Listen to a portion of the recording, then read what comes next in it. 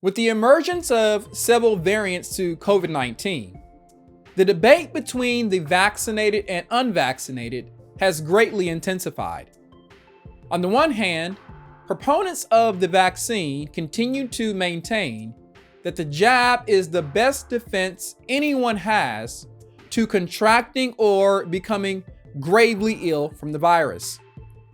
On the other hand, the unvaccinated argues that freedom of choice, along with having developed natural immunity, shouldn't exclude them from certain jobs or limit their access to public venues such as restaurants and movie theaters. Meanwhile, lawyers for the Biden administration suffered a crushing defeat last Thursday when the Supreme Court blocked the president's vaccine mandate for private businesses with 100 or more employees. Indeed, for both sides, the stakes continue to get higher and higher. This story, however, is not about whether one should be vaccinated or not. Rather, it is about something that is far more sinister, something that people are completely unaware of.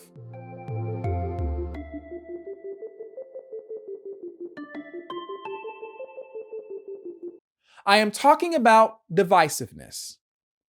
Regardless of your position on the vaccine or the associated mandates, the reality is that people are becoming more and more isolated on both sides of the issue. Every day we are seeing division throughout the country that has begun trickling down to local communities and even within immediate families. It is utterly undeniable that division always causes more harm than good. We've all heard the saying, united we stand, divided we fall. And yet, very few people are willing to embrace this truth in light of their personal beliefs and convictions. Here in the United States, for example, division started with color. Following slavery, Black Americans were routinely treated as second-class citizens as they experienced violence at the hands of domestic terrorists. Division then spread to include political and socioeconomic identities, Democrat versus Republican, rich versus poor. More recently, we became divided over wearing masks.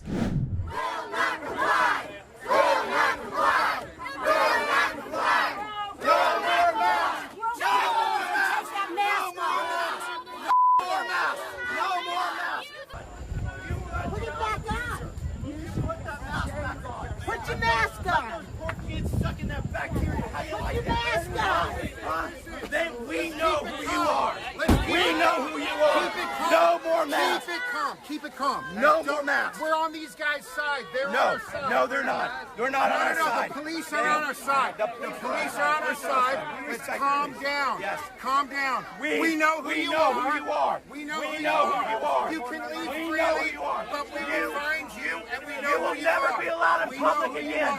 You will never be allowed. You never let it be allowed in public again. I know. And now, today, we are increasingly divided as the vaxxed and unvaxxed. We have the right to choose. Ashley Buttonshowen says she's a COVID survivor and mother who spread the disease to one of her children. She says she's no anti-vaxxer, rather pro-freedom. I'm not here to say you shouldn't get vaccinated. I'm not. But we should be able to have personal responsibility here. Today's announcement by Governor Inslee to mandate vaccines for school workers is resonating through public servants across the spectrum. Mike Johnson is a Bellingham firefighter who doesn't want a vaccine and believes no one should force it on him. He says he and like-minded firefighters are now being villainized and terrorized. We're being told basically the only way that you can help yourself is through terror. We're being threatened with our job loss, our securities, financial loss. I mean, it's horrible. At first they used fear, then they use guilt, then they use bribery, and now they're using force. That's how you manipulate people. Nancy Hill says she's a cardiac nurse at Bellingham's Peace Health St. Joseph Medical Center, where she was recently mandated to get a vaccine or lose her job. She says her rights and those of teachers shouldn't be any different than those of her patients. what we want to put in our bodies, we have that right. And if we don't consent, that has to be upheld. Anyone who doesn't want any medical treatment or a certain kind of medical treatment absolutely has that right to not consent. And as more mandates are handed down from Olympia, the divisions are growing deeper. It doesn't matter if there's a pandemic. It doesn't matter because it shouldn't infringe on your freedom. The thing I would like to point out is that anytime division permeates society such that people become divisive, as was the case with race, politics, and the wealth gap, the effects of such division permanently lingers in the minds of the people, although perhaps not to the same extent as when the division was first introduced. For example, racial divisions between black and white people still exist today, albeit not as noticeably in the 50s and 60s. Political divisions between Democrats and Republicans still exist and, in fact, have become more prominent since 2016. Divisions between the rich and poor have likewise continued to linger in society, as evidenced by demonstrations such as Occupy Wall Street. Whether we're looking at racial division, political division, wealth division, or vaccination division, the trend is always the same. A fundamental lack of love and compassion invariably leads to varying degrees of violence. Government did this to us. We were normal, good, law-abiding citizens.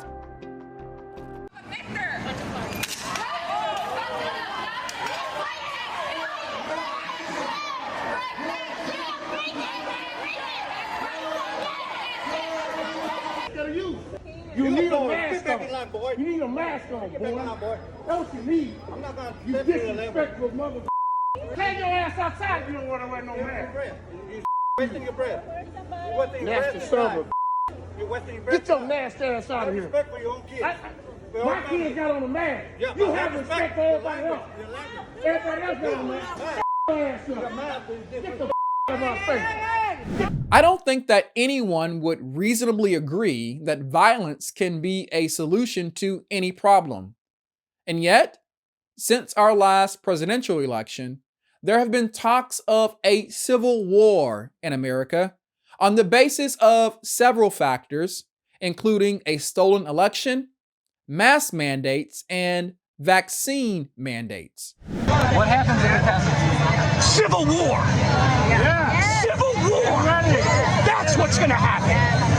In a month, in 2 months, by December, civil war's coming, people. Get your guns. Get your guns. Get your food. Get a plan together. It's done. At this point, we're living under corporate and medical fascism. This is tyranny. When do we get to use the guns? No, and I'm not, that's not a joke. I'm not saying it like that. I mean, literally, where's the line? How many elections are they going to steal before we kill these people? So, although there are differing opinions in the media as to what a modern day civil war may look like, the fact is, it very likely can happen. Which begs the question, have we in the United States forgotten the importance of tolerance and free choice? Were not tolerance and free choice the fundamental pillars in which this country was founded? Many colonists, for example, came to America from England to escape the religious persecution during the reign of King James I. Religious and personal freedom have been staples that have attracted people to this country since the 18th century. However, it seems as though we are retrograding back in time, back to a time before this country was, well, even a country. Back to a time when Benjamin Franklin illustrated the cartoon, "Join or Die," in support of colonial unity. Make no mistake, if we do not join together, we will all certainly die, figuratively speaking. We will all die to our known way of life. Our democratic freedoms that we have grown so accustomed to enjoying will be gone. Not to mention that communist China is dangerously close to replacing us as the world's next superpower. I wonder if many people have thought about that. The fact that the same place where the virus first began is the same place that is about to take over the world as the next superpower. While we're so busy fighting each other, our way of life is slowly but surely being snatched away from us. Our democratic principles and values are eroding by the day as we become more and more divided. Yes, divisiveness is a sinister tactic that has always proven to be devastatingly effective. And so you may be thinking, well, what is the solution? What exactly can we do, Javon? I'm glad you asked. Let's start with practicing a little more love and compassion for each other.